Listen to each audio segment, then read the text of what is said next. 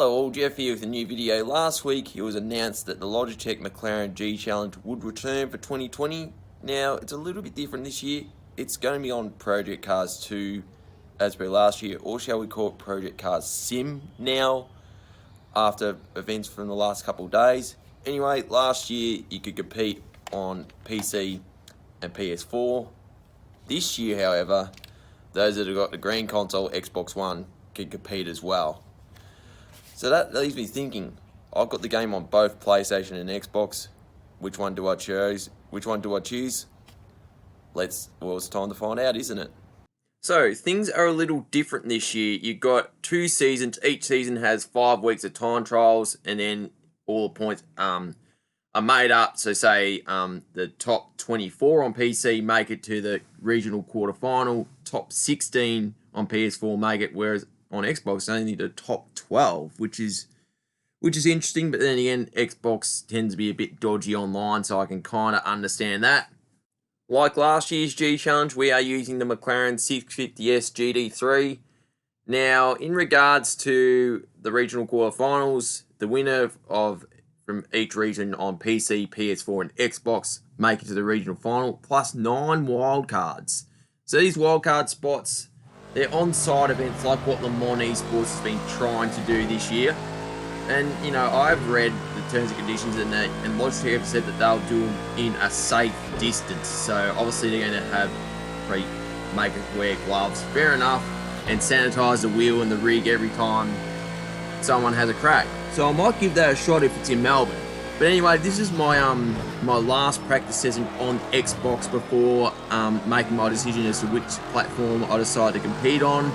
So week 1 of this time trial was at it's still going, Indianapolis, and for the rest of it, for season 1, we're going to Monaco next week for the Azure circuit, as it's known on Project Cars 2. Then Sugo, which I don't know.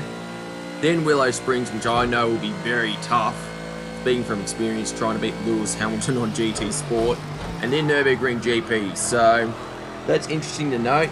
Now, when I thought, Xbox being a possibility, you may think, why have I got the same game on 2 different consoles? Well, I bought it on PS4 when I got my PS4 last year, and in April this year, Project Cars 2 became one of Xbox's free games with gold. So, having to pay an online subscription, may as well take advantage of the game that I've already played. But then again, I think about Xbox. I don't know who's really good in Asia Pacific. I did see the other day THR Madzi was showing up, and he was going to make it to the PC regional final for Asia Pacific last year, but got disconnected on the last lap, believe it or not. I mean, in the last race, Anyway, that's my best Xbox time, a 1:23.980. I'll show you my best PlayStation lap now before registering.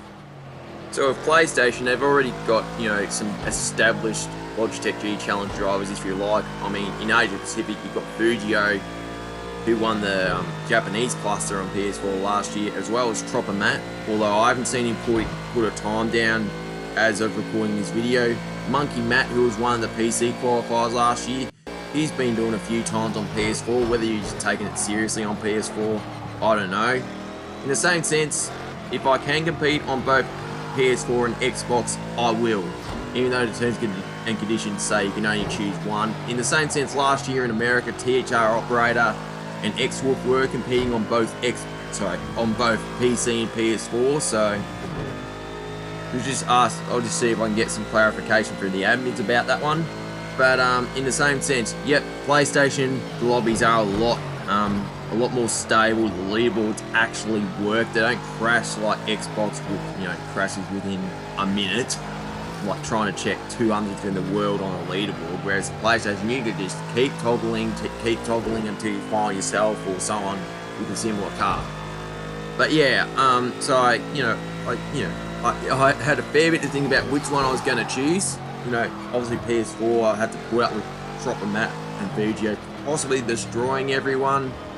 But Xbox, it's fresh blood. So I kept that in mind, but in the same sense, doing these practice runs on Xbox and PS4, I was pretty much doing the exact same times.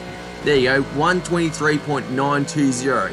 Just 6/100th quicker than I was going on Xbox.